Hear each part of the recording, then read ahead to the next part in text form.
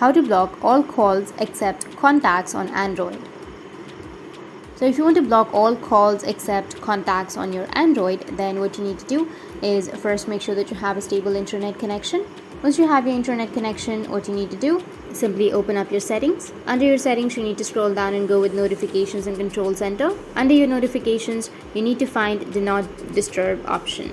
So scroll down and then go with do not disturb. If you don't find it right here, then you can go with sounds and vibration, and you may have do not disturb right here. So tap on do not disturb, and here you will have an option to notify about calls. So you need to tap on it, and then here if you want to block all calls except contacts on your Android, then you just need to simply go and turn on your do not disturb, and from contacts only, select from contacts only and then turn on your do not disturb.